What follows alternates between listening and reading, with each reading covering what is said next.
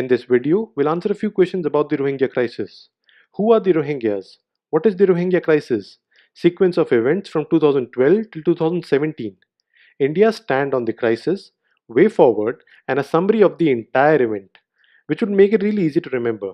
Alright, let's begin.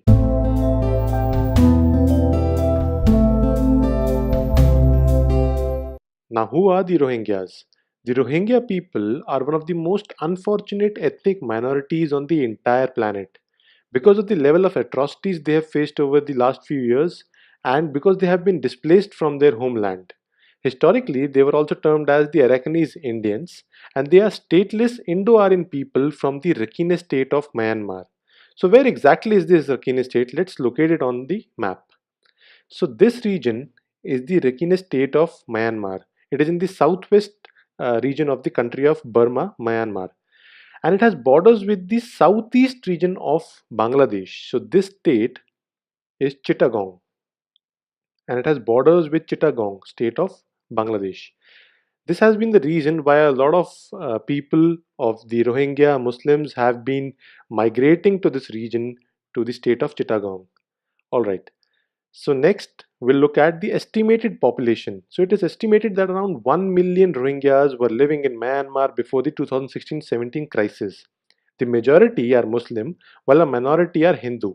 Overall, the Rohingyas serve as a minority as compared to the Buddhist population in Myanmar.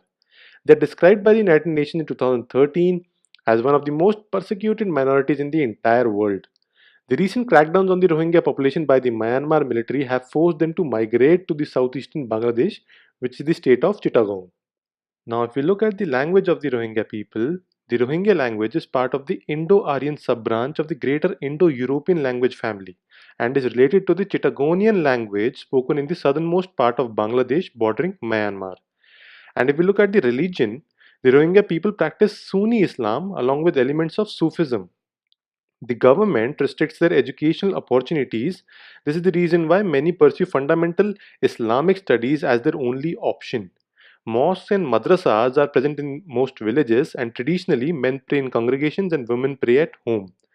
Now, as we can see, the linguistic and religious resemblance of the Rohingya people with the Chittagonian population of southeastern Bangladesh is one of the main reasons why the Myanmar government and the Buddhist majority of Myanmar have been claiming that the Rohingyas belong to Bangladesh and they should go back to their original home. Now, if we look at the human rights and the refugee status of the Rohingya people in brief, the Rohingya people have been described as one of the world's least wanted minorities and some of the world's most persecuted people. You can use this statement in your introduction in the descriptive paper that you'll write in future. The Rohingya are deprived of the right to free movement and the right to higher education. They have been denied Burmese citizenship since the Burmese nationality law was enacted. Also, they are not allowed to travel without official permission and they were previously required to sign a commitment not to have more than two children. Although the law was not strictly enforced, but this shows us that the Myanmar government feared that the Rohingya population was increasing, multiplying at an alarming rate, and it posed serious threats to the Myanmar government and the Buddhist majority population, as the Rohingya minority might not remain a minority for the years to come. Now, they are subjected to routine forced labor. Typically, a Rohingya man will have to give up 1 day a week to work on military or government projects and 1 night a week for sentry duty on an average. The Rohingya have also lost a lot of arable land, which has been confiscated by the military and given to Buddhist settlers from elsewhere in Myanmar. Now we come to the next question. What is the Rohingya crisis? Now, before understanding the crisis, we must know that the Rohingyas are a minority in Myanmar where the majority population is Buddhist, 80 to 90% of the population. The Rohingya population are denied citizenship under the 1982 Burmese citizenship law. The Rohingyas have faced military crackdowns in 1978, 1991 to 92, 2012, 2015, 2016 to 17, which is ongoing at present. UN officials and Human Rights Watch (HRW) have described Myanmar's persecution of the Rohingyas as ethnic cleansing. Now you know what's happening.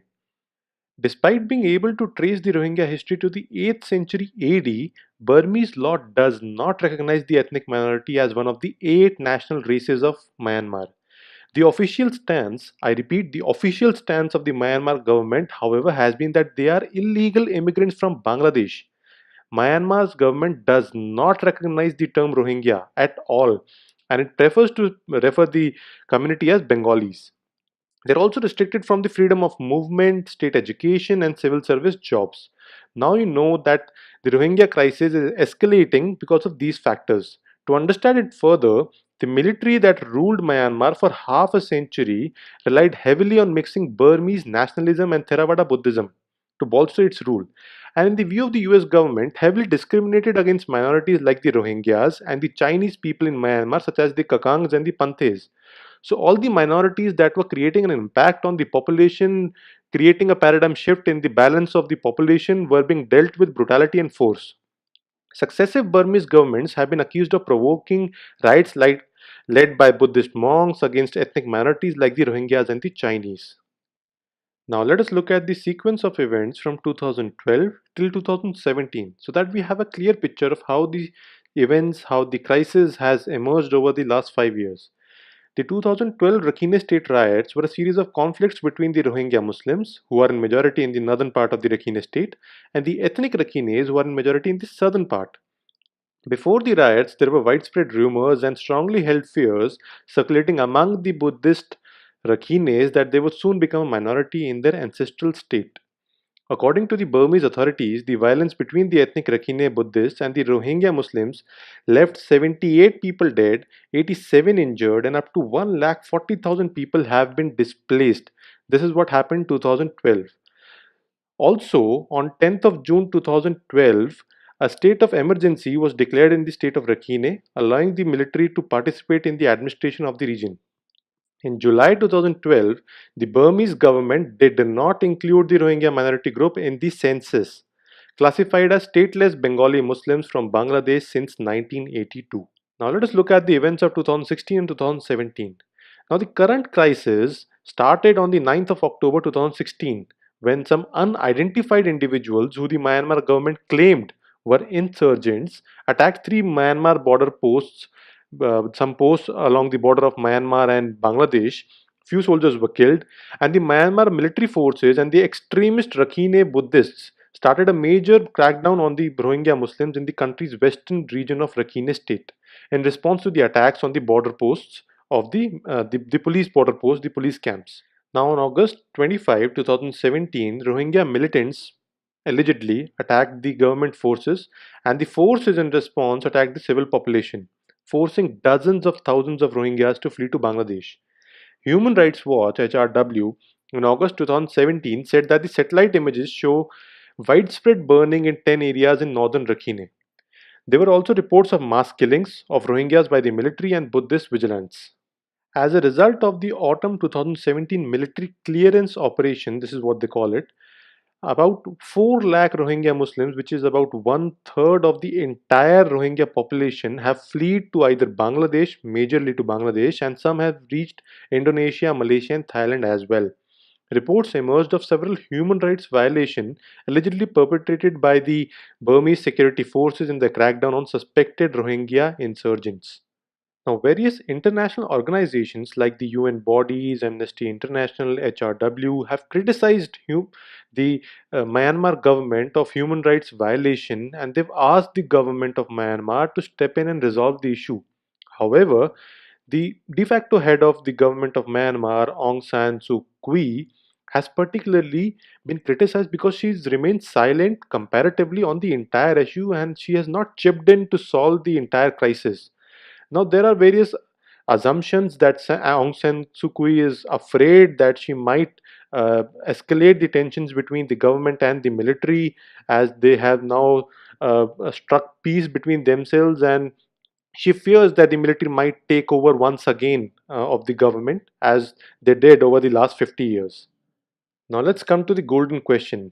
What is India's stand on the entire Rohingya crisis, and what is the way forward for this issue? Now, India has refused to allow the Rohingya refugees to settle in India. The most important reason for this being that India is concerned that some Rohingyas may have connections with the insurgent and terror groups such as Lashkar-e-Toiba, etc., and could pose a threat to India's internal security. Instead, according to reports, India has shown intent to use diplomacy with Myanmar and Bangladesh to end the crisis and pressurize Myanmar to take the refugees back and maintain peace. India is already dealing with terrorism funded by hostile neighbors, and left wing extremism is there. A new threat will only complicate the security plans of India.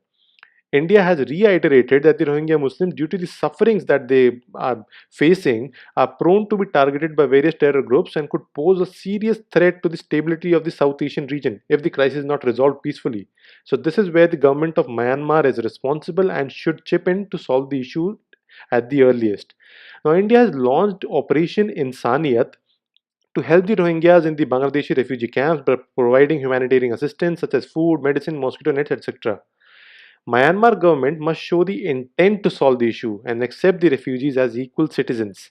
So this is what the entire issue of the Rohingya Muslims is about. Now if we try to summarize the entire event, one word that would suffice for the entire crisis is fear. The Rohingyas fear for their life, for their existence, for their family. The Buddhists of the Rakhine state fear for their majority in the entire state. They believe that with the kind of speed the Rohingya people have been multiplying their population, the Buddhists fear that they might not remain a majority in the state. The Myanmar government fear for the relationship with the military. As we know that the military had a government over the last 50 years in the country of Myanmar, and very recently the Myanmar had a democracy finally. So the government fears that if they disturb the relationship with the military, as the military are against the Rohingya people, because they claim that the Rohingya insurgents had attacked the military posts, so the government does not want to disturb this relationship. If we talk about the government of Bangladesh, they fear because over 4 lakh people have migrated to the Chittagong region of Bangladesh, the southeastern region, where they believe that if the crisis is not solved immediately or in the near future, the Bangladesh government would have a lot of burden to feed the 4 lakh people, the refugees that are there in their country at the moment. So that is the reason why they want India to chip in and solve the problem and get a solution as soon as possible. Now, the government of India fears that if the solution is not, they don't get a solution as soon as possible, there are a lot of people, some as claimed by the government of India, by the intelligence agencies, that some people in the Rohingya population have contacts with the insurgent groups and the terror groups outfits in some of the hostile neighbors of India.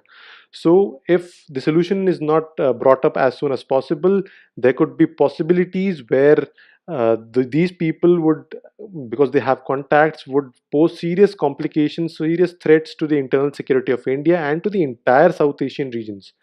The internal organizations fear that if the crisis is not solved immediately, the refugee status of Rohingyas would remain forever and they would become one of the most distressed ethnic minorities on the entire planet. And there are serious human rights violations that are happening at the present, and this would only escalate in the coming future. We hope you liked this video. If you really did, give us a like, a thumbs up, a comment, or a share. Tell us what we did right. Give us feedback. And please, if you really like the videos, appreciate it, motivate us so that we make more such quality videos in future with amazing content. Thank you. So this is it for this video. The PDF notes for this video are available on the Civil Coursify Android app for free. Subscribe to our YouTube channel, download the Civil Coursify Android app, and follow us on Facebook and Telegram. Links are available in the description as well as comment section. Till then, thank you and take care.